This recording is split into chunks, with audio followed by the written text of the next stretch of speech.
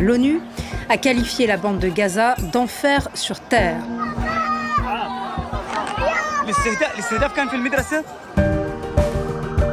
Nous sommes entrés dans la salle de classe et j'ai vu qu'on a transporté ma sœur, frappée à la tête. Elle était morte. L'UNICEF est bien sûr inquiète du fait que les attaques sont en train de continuer. Depuis le 7 mai, il n'y a plus d'évacuation médicale pour les enfants qui sont blessés.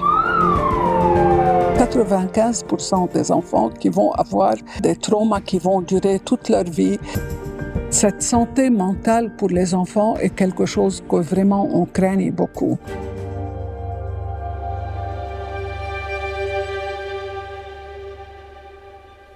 La situation, malheureusement, pour les enfants continue de s'empirer de jour en jour depuis le 7 octobre pour les enfants de Gaza.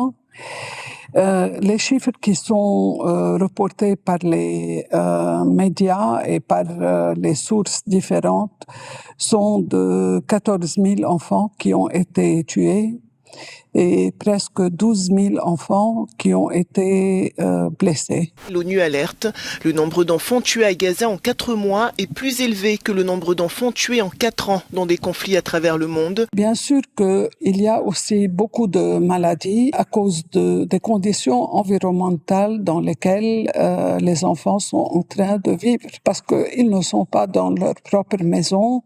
Souvent, il n'y a pas un nombre suffisant de toilettes. L'eau n'est pas disponible. Si l'eau est disponible, l'eau est souvent une eau polluée. Et pour les nouveau-nés, si la mère n'est pas capable d'allaiter l'enfant, et elle est en train d'essayer de leur donner du lait en poudre, donc bien sûr, l'eau qui est utilisée peut être contaminée, ce qui peut aussi conduire à des diarrhées qui vont causer la mort de l'enfant. Vous vous imaginez boire ça ? Eh bien, c'est ce que doivent faire la plupart des Palestiniens de Gaza, comme ce garçon qui avait tellement soif qu'il a dû boire l'eau d'une flaque. En plus d'empêcher l'entrée de nourriture dans l'enclave, Israël rend l'accès à l'eau douce presque impossible. Ils vont aussi être beaucoup plus mal nourris. La malnutrition n'est pas seulement quelque chose qui cause la mort immédiatement. La mort peut être due à la malnutrition sévère aiguë qui n'est pas traitée, mais il y aura aussi quelque chose qu'on appelle une malnutrition chronique. Selon l'ONU, sur le 1,5 million d'habitants déplacés, plus des 3/4 souffrent d'insécurité alimentaire et 3 000 enfants frappés de malnutrition seraient privés de traitements adaptés, selon l'UNICEF. C'était le cas de Jana Ayad, qui s'affaiblissait chaque jour. Lorsqu'elle est arrivée chez nous, elle souffrait de malnutrition aiguë sévère avec des complications de vomissements et de diarrhée. Elle pesait 9 kilos. Et maintenant, depuis le 7 mai, la date où les frontières avec l'Égypte, avec Rafah, la frontière a été bloquée, il n'y a plus d'évacuation médicale pour les enfants qui sont blessés. On n'a pas les chiffres exacts pour les enfants qui ont subi des amputations de leurs bras ou bien de leurs jambes, mais on estime aussi que ce niveau-là doit être assez haut. Les hôpitaux qui sont présents et les centres de santé n'ont pas vraiment de grandes capacités pour faire les opérations et les chirurgies nécessaires pour éviter les amputations dans plusieurs cas. كنت قاعد على السرير واخوي جنبي طلع علي جدب بقول له وين هادي وينها يقول لي هيا بس انت مبنج قاعد يضحك علي للصبح وجا ابن عم التاني وقال لي عيتها صرت اعيط قول ليش كرة القدم بالنسبة لي حياة حياة حياة الحمد لله بكره بصير بلعب ان شاء الله بس يركبوا لي رجل. Donc, leur santé mentale, leur santé psychologique est vraiment très impactée.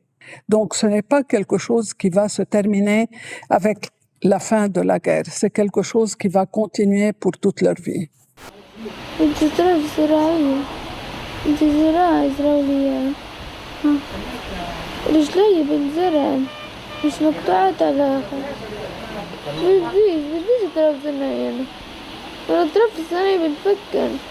بديش افكر انا بديش افكر Il y a presque 95% des enfants qui vont avoir des conséquences mentales, des traumas qui vont durer toute leur vie, des comportements probablement qui seront aussi violents dans le futur, des comportements d'anxiété, de peur du futur. Donc, cette santé mentale pour les enfants est quelque chose que vraiment on craigne beaucoup. Nombreux enfants ont des troubles de l'anxiété, des troubles du sommeil. Ils refusent de manger. Souvent, j'ai rencontré plusieurs enfants qui étaient encore en état de choc, qui ne parlaient pas, qui ne parvenaient même pas à dire leur propre nom. Quand il y a eu l'attaque à El Mawasi, c'était terrible. Même les sons des gens et les bruits. Donc ça, ce n'est pas quelque chose qu'un enfant doit subir. D'entendre toutes ces peines qui sont en train d'être dites ou tous ces corps humains qui sont partout autour de l'enfance, ce n'est pas des scènes normales pour quelqu'un. Après chaque bombardement israélien, ce sont les mêmes scènes de chaos. Un nuage de poussière épais, des corps meurtris,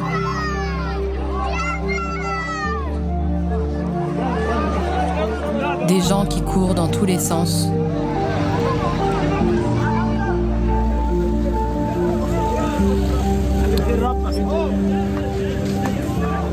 Et des cris. Des cris de douleur en fond sonore.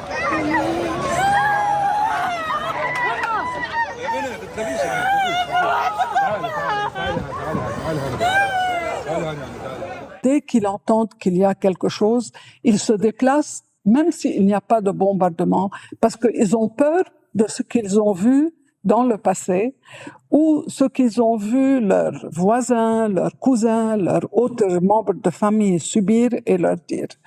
Donc, ça devient tout le temps quelqu'un qui est en train d'essayer de prendre la fuite, ne sachant pas où est l'endroit qui est le plus sécurisé.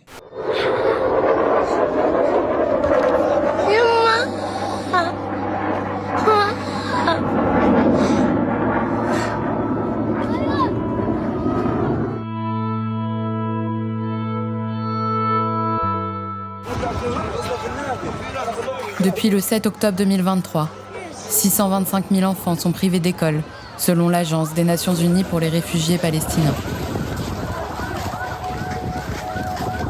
625 000 enfants de Gaza qui n'ont pas été à l'école pendant une année entière.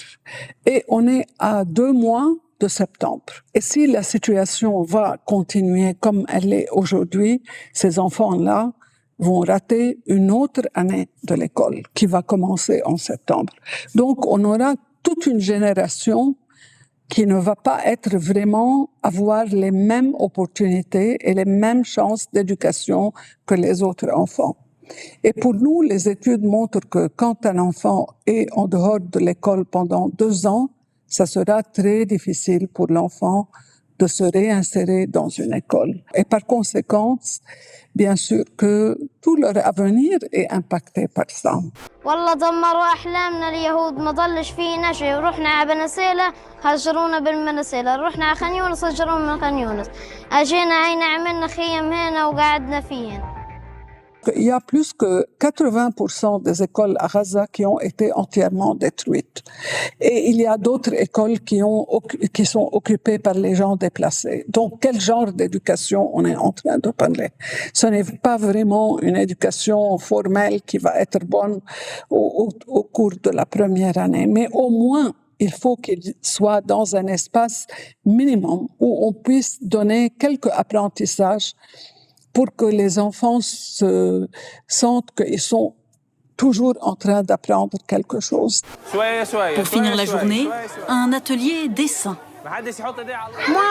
Moi. Il y en aura pour tout le monde. Mais sur le papier, entre les maisons et les drapeaux, la guerre n'est jamais loin. On a 17 000 enfants qui sont des enfants non accompagnés ou bien séparés de leurs parents. Donc, ce sont des enfants qui ont ou bien perdu leurs parents à cause des bombardements qui ont eu lieu et de la guerre, ou bien qui ont été séparés de leurs parents parce qu'ils sont en train d'être déplacés chaque jour d'un endroit à l'autre. Ils ont perdu leur maison, leur première maison. Même dans les tentes, ils sont en train d'être attaqués. Et ensuite, ils bougent dans des endroits qu'ils pensent qu'ils sont sécurisés, ils sont bombardés et ils recommencent le départ ou le déplacement vers un autre endroit.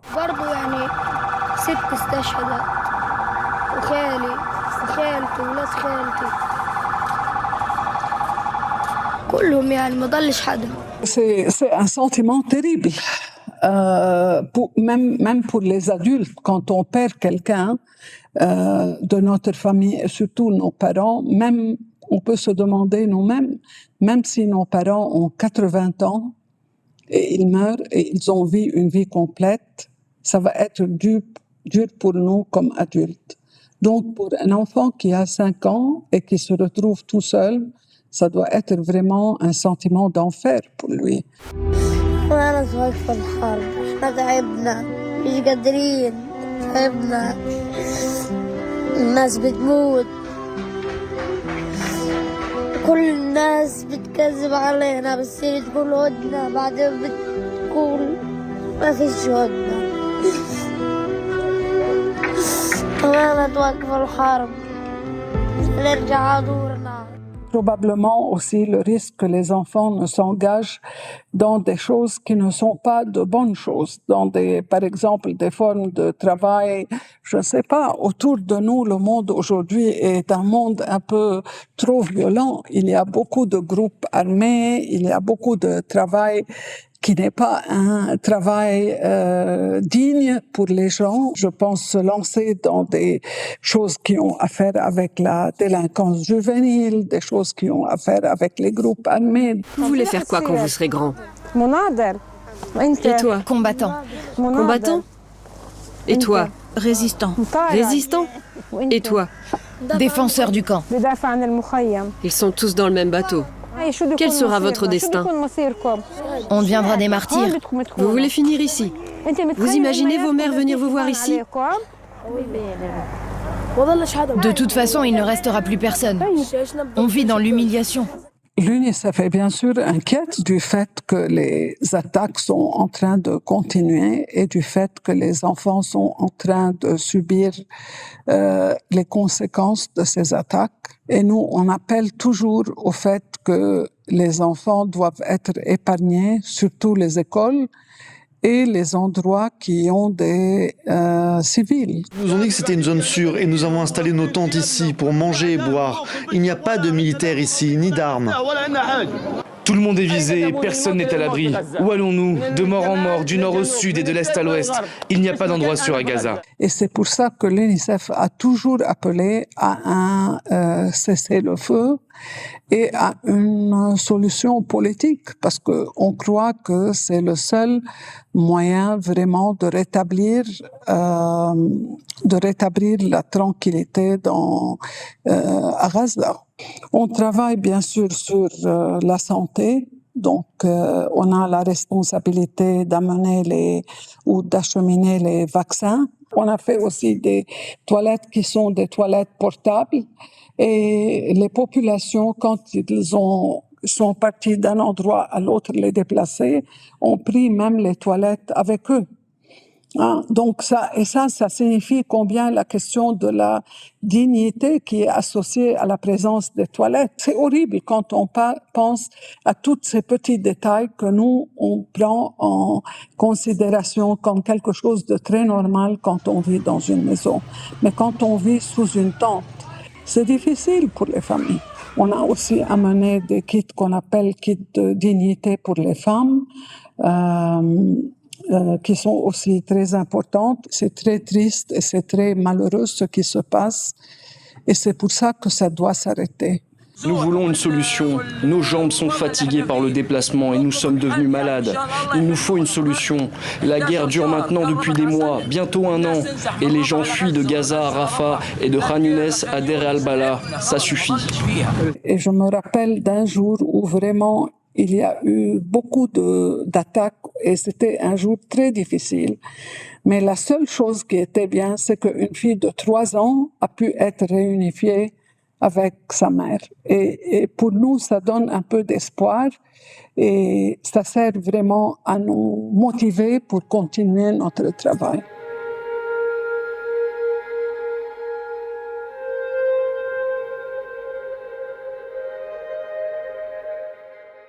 Je pense que les enfants de Gaza ont beaucoup subi de souffrances qu'aucun enfant ne doit subir.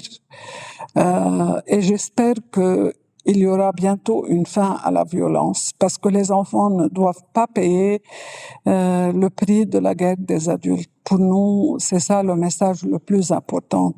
Peut-être le deuxième message, c'est que maintenant, je vous remercie beaucoup pour l'entretien, parce que on voit déjà une diminution dans les reportages sur Gaza dans les médias.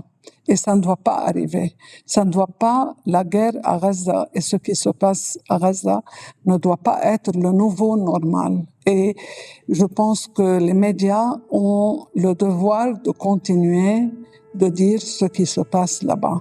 Parce que si on ne met pas cette pression, et si vous ne mettez pas cette pression comme des médias, les gens vont oublier et ça va être une de ces longues crises qui ont duré pendant très longtemps. Mais la différence, c'est qu'on parle d'un très petit espace avec un très grand nombre de gens et une violence qui est vraiment imprécédente. On compte aussi que, oui, les responsables politiques prennent leurs responsabilités et qu'il y ait un cessez-le-feu et une fin à cette guerre qui est une guerre qui est juste une guerre sans aucun sens.